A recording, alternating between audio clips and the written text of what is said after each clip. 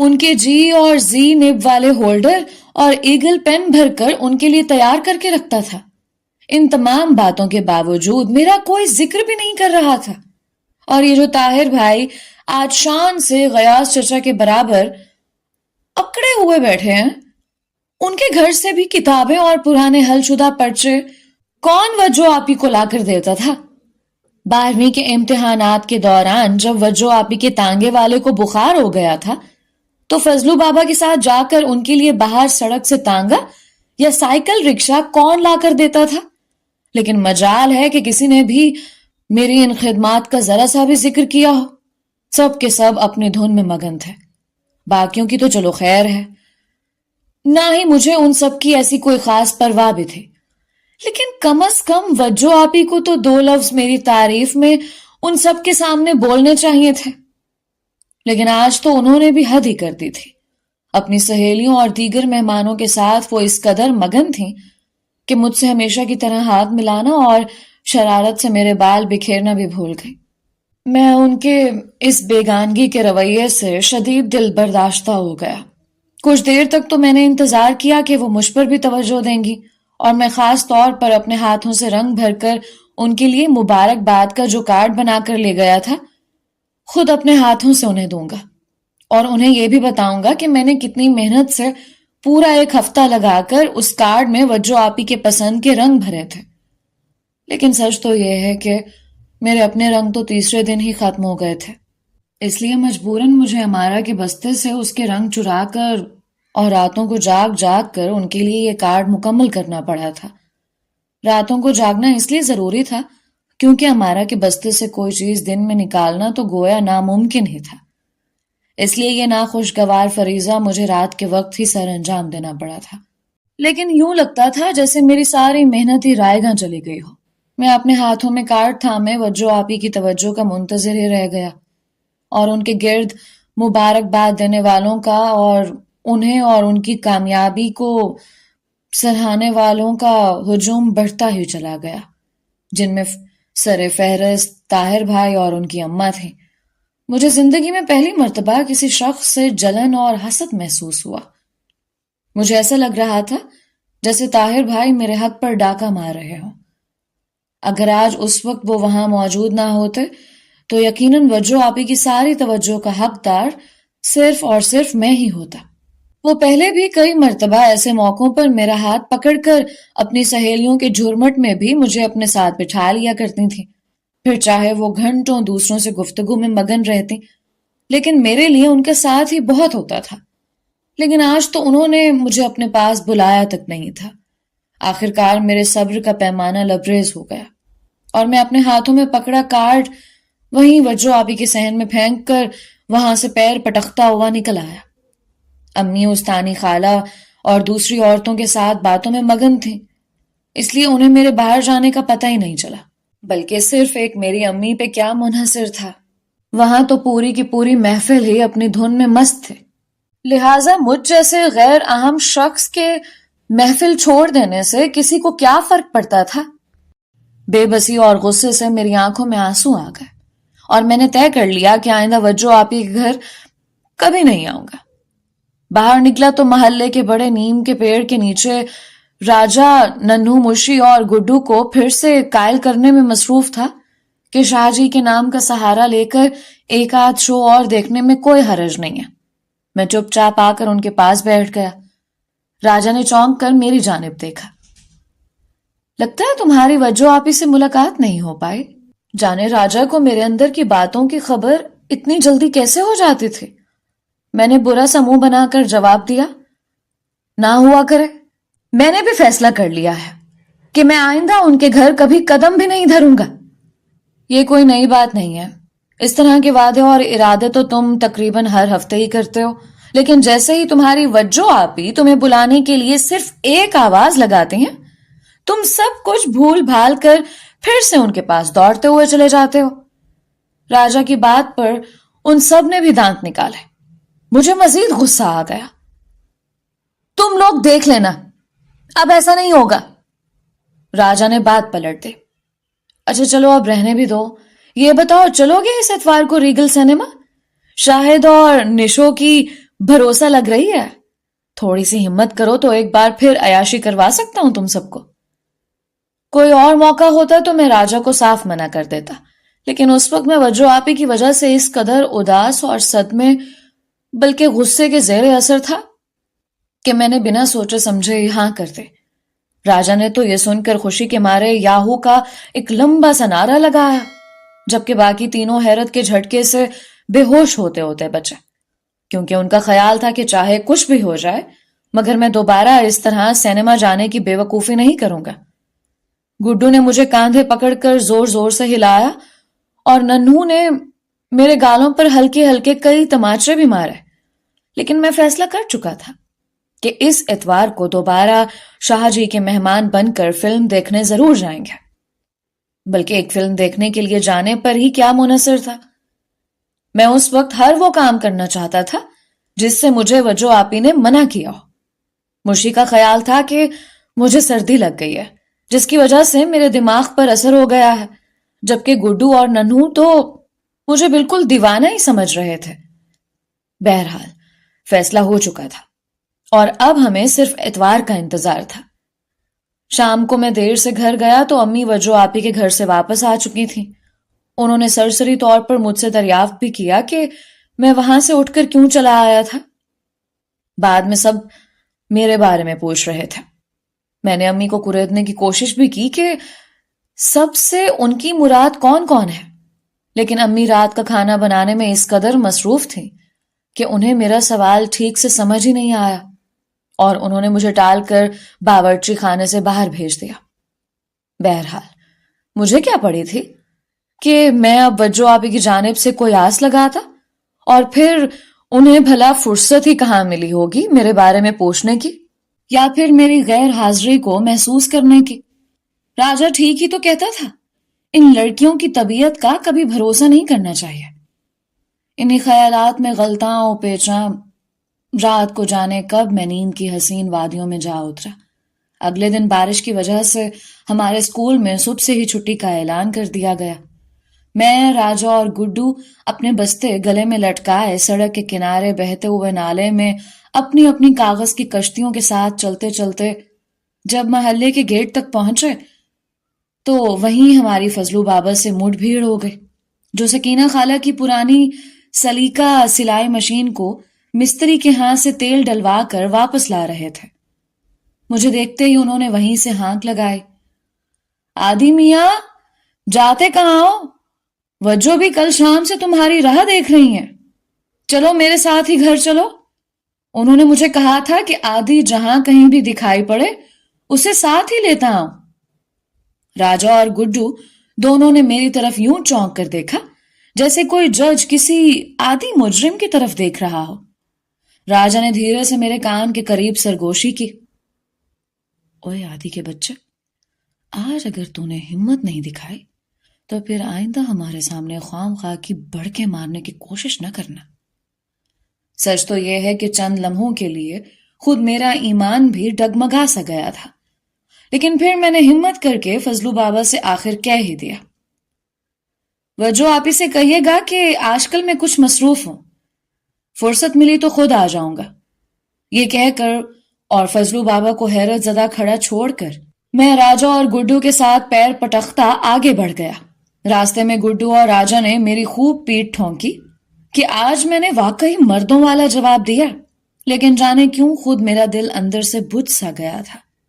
راجا اور گڈو اگلے دن سینما جانے کا پرجوش منصوبہ بناتے رہے اور میں بے خیالی میں ہوں ہاں کر کے ان کے ساتھ شریک ہونے کا تاثر دیتا رہا.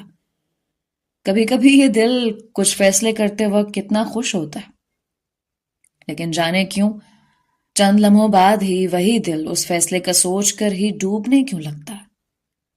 میری وہ رات میری زندگی کی چند ان راتوں میں سے تھی جو میں نے انتہائی بے چینی کے عالم میں گزاری تھی، اور وجو آپی سے آئندہ بات نہ کرنے کا فیصلہ میرے دل میں کھٹکتا رہا.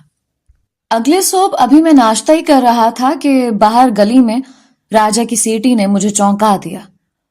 اتنے سویرے یہ اچانک کیا افتاد آن پڑی تھی؟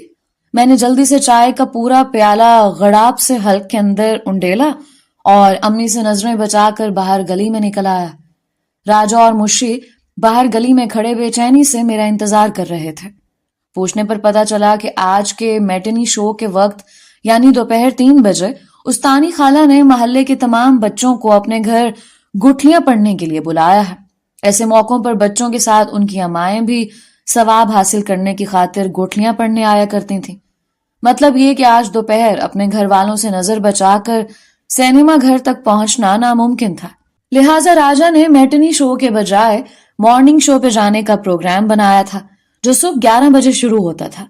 مطلب ہمارے پاس اب بھی 2-2.5 گھنٹے تھے تیاری کرنے کے لیے۔ میں نے راجا کو ایک آخری مرتبہ سوچ لینے کا کہا، لیکن بقول راجا جب اکھلی میں سر دے ہی دیا تو پھر مسلوں سے کیا ڈرنا؟